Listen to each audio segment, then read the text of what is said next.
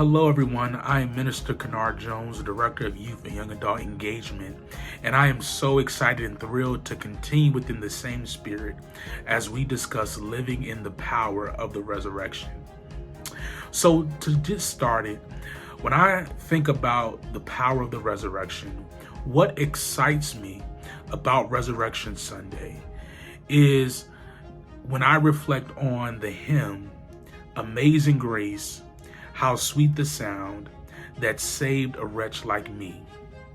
Those are the words that come to mind. That is the hymn that comes to mind when I think about Resurrection Sunday.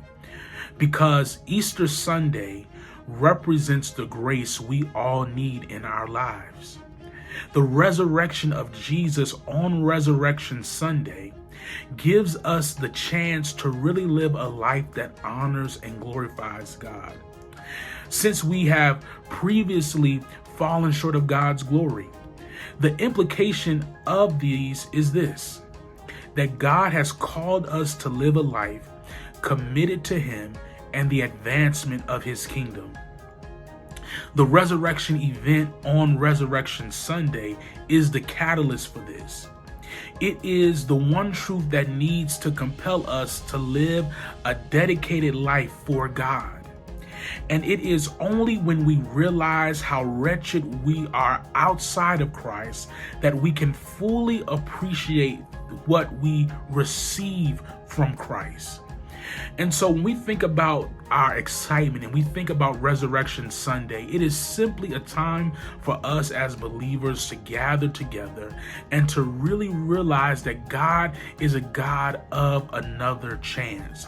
And so when I think about Resurrection Sunday, I get excited because I am forever mindful that God is a God of another chance, that He gave His Son so that we may have life and life more abundantly. And so when I think about this Resurrection Sunday and I reflect on Resurrection Sunday, it is our opportunity and our time to commune with God and to also be mindful that Jesus died on the cross for our sins so that we can have another chance at life. And so when we think about this resurrection power, we think about Resurrection Sunday, the question that we also must ask ourselves is, what does it mean to live in the power of the resurrection? And here it is.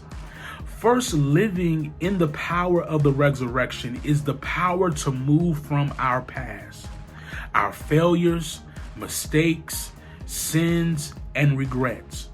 When I say move forward, I'm not talking about denying the past as if it never happened, but to not allow the past to hinder you from moving forward.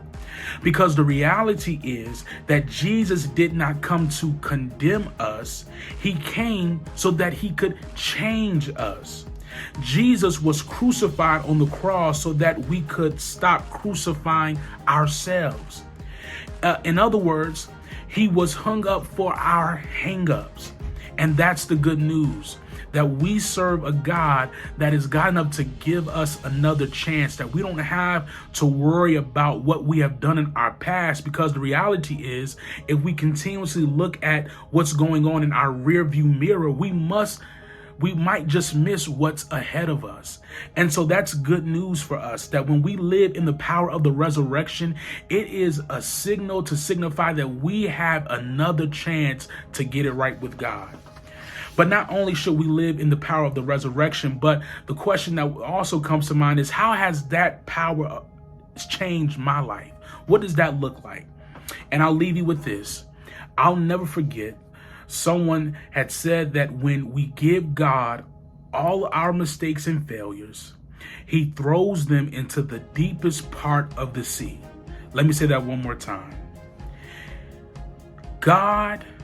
When we give God all of our mistakes and failures, He throws them into the deepest part of the sea. Then He puts up a sign that says, "No fishing." He doesn't want us to keep dragging up our sins and dreading up our sins, regardless of what you have, regardless of what you have done in your past, your future has been redeemed because of Christ's sacrifice. To live in the power of the resurrection, I have learned that we can short circuit God's power in our lives by not believing that God has truly forgiven us, or by choosing not to forgive ourselves. And so when I think about how that same power has changed me, it has allowed me to say, listen, I know I have messed up.